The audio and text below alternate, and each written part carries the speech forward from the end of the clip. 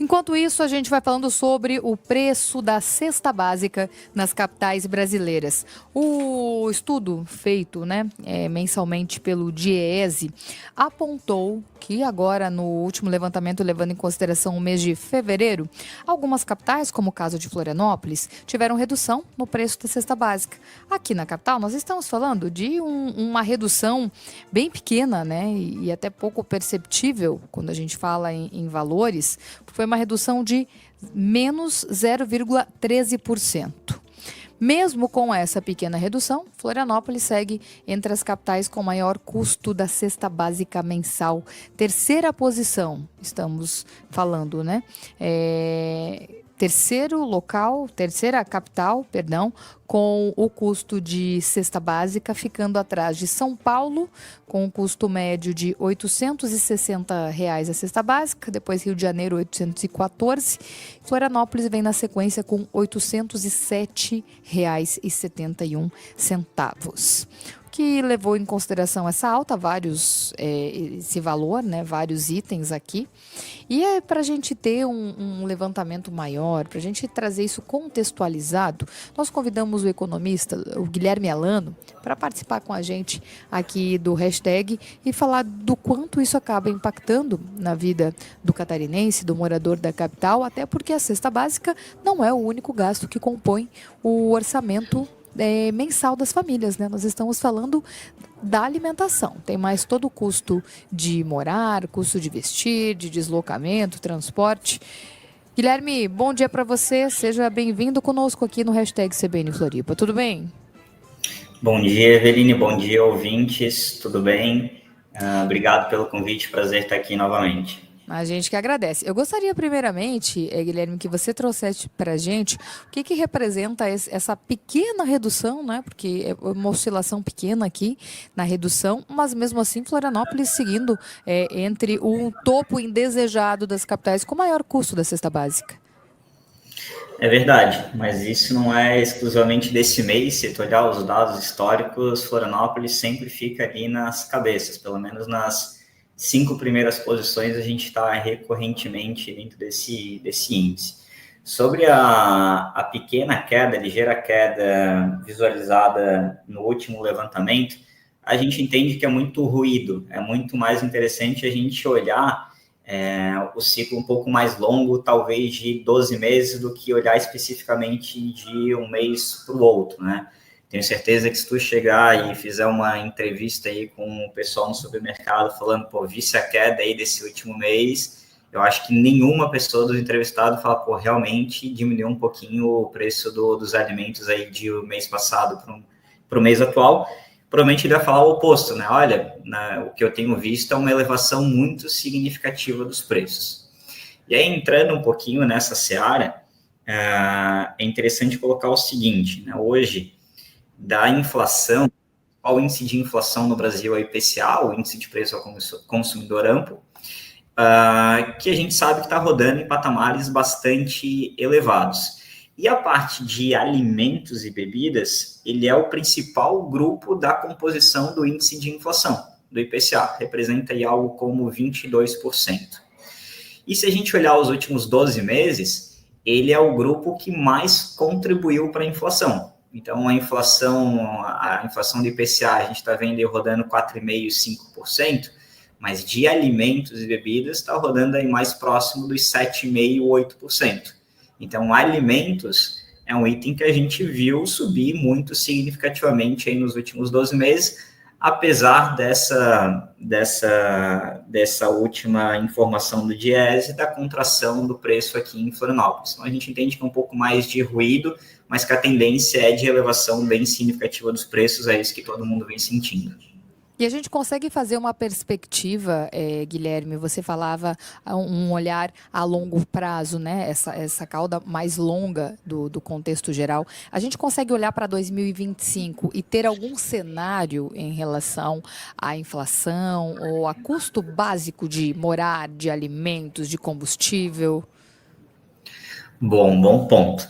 Primeiro, assim, se a gente olhar ali dos itens que mais subiram, acho que tu falou ali, os itens que mais subiram na cesta básica, Dos 6 itens que estão ali que tiveram aumento nesse mês, 3 já estão na lista ali das isenções de imposto de importação do governo federal, né? Então, o governo federal anunciou aí nos últimos dias isenção de imposto sobre importação para alguns itens alimentícios, e ali está incluído o café, que a gente viu uma elevação muito significativa dos preços recentemente. A carne também está ali dentro dos itens que compõem, junto com alguns outros ali que está sendo colocado. Então, é uma tentativa aí do governo de tentar segurar um pouquinho o preço dos alimentos através da diminuição de imposto sobre importação. O que a gente entende é que, de maneira geral, a inflação ela vai permanecer alta neste ano, até talvez um pouco mais alta do que no ano anterior. Inclusive, amanhã é divulgado o índice de inflação oficial do Brasil do mês de fevereiro e deve ter uma elevação de mais de 1%, então uma elevação bastante significativa. Então, para 2025, a gente deve permanecer com uma inflação ainda relativamente alta. A gente não vê no curto prazo um cenário de diminuição da inflação, a não ser que, de fato, algumas políticas como essas sejam promovidas. Não sei se essa especificamente vai ter tanto sucesso, porque a gente acaba importando muito pouco café, importando muito pouca carne, mas se políticas forem adotadas, a gente entende que pode ter uma pequena diminuição, mas não vai ter uma queda brusca, isso com certeza. E uma coisa que é muito engraçada quando a gente olha, né, para itens dessa cesta básica e que acabam levando a essa redução, esses valores, Guilherme, é muito a ver com o momento de produção agrícola também, né, de Santa Catarina, do Brasil como um todo. Aí, tirando inflação, tirando esses outros componentes que são basicamente da economia, mas quando a gente tem uma safra boa, um momento de produtividade bom no campo, a gente tem essas reduções. Quando a gente está num período de safra cheia, que não é entre safra, eu estou falando aqui de algo que é do agro, mas quem faz mercado percebe. O tomate, que é vilão em algumas épocas do ano, teve uma redução de 9%, por exemplo, nesse último levantamento. A batata, que já esteve cara, teve uma redução de 7%. O feijão, uma redução média de 4%. Então, dependendo também, nós dependemos muito, né? É um equilíbrio muito tênue da produção agrícola. Somos dependentes disso. Dá uma quebra na safra, todo mundo sente. Porque o grosso do que a gente come, o componente básico da alimentação, também sobe. Então, também tem que estar de olho no agro para saber o que acontece por lá, que vai refletir na nossa mesa. Exatamente isso. A questão do clima acaba influenciando bastante o preço de alimentos e tem também uma parte ali com relação à moeda câmbio, né? A gente teve recentemente algumas declarações indo de cima do governo federal sobre essa questão de exportação, né? Colocando, mas a gente produz aqui, a gente deveria vender aqui a um preço mais acessível, não exportar, mas é natural que a grande parte da nossa produção acabe indo para o exterior. O produtor, ele vai vender para quem paga mais caro, seja para o interno, seja para o externo. Então, quando a gente tem algumas questões de volatilidade de câmbio que acabam ficando mais atrativo do estrangeiro importar esses bens agrícolas aqui do Brasil, é natural que a gente veja também os preços subindo por questão de aumento de demanda. Então, esses dois efeitos acabam influenciando muito a questão de preço de alimentos. Parte de clima e, consequentemente, safra, e a parte de moeda. O bom é que os dois, nesses últimos tempos, ficaram mais favoráveis para a gente, né? Tanto a parte de moeda quanto da parte de agrícola, que a gente entende que esse início de ano a gente vai ter uma safra agrícola um pouco melhor do que a gente teve no ano passado. Guilherme, para a gente encerrar essa nossa conversa aqui, né, que eu até disse, a ideia é contextualizar, sair só da informação bruta, né? No jornalismo a gente fala o lead da matéria, que é o que você lê primeiro, é a manchete, e aprofundar. Então é muito legal a gente ter um especialista como você, conhecedor de mercado, conhecedor do momento, para nos trazer esses pontos de reflexão. Tem como trazer, aí para encerrar esse nosso papo, portanto, uma orientação, alguma dica? Eu sei que é tão difícil, né? Porque às vezes o ouvinte vai pensar que, nossa, eu já estou cortando tudo que eu posso lá na minha casa para tentar ter um equilíbrio financeiro melhor e mesmo assim tá difícil. Mas tem alguma orientação? O que que você, como economista, pode trazer aí de uma dica, né, para o ouvinte da CBN? Bom, assim, o que a gente tenta sugerir a parte, obviamente, que todo mundo sabe de substituição de alimentos. Então, como a gente falou ali anteriormente, acaba que um ou outro alimento ele acaba subindo de maneira muito mais acentuada do que outro por uma questão, às vezes, de clima. Então, tem algum bem, algum item que ele é produzido só em determinada região e aquela região acabou sofrendo com um clima um pouco pior, então aquele bem acaba subindo de maneira mais acentuada do que outros.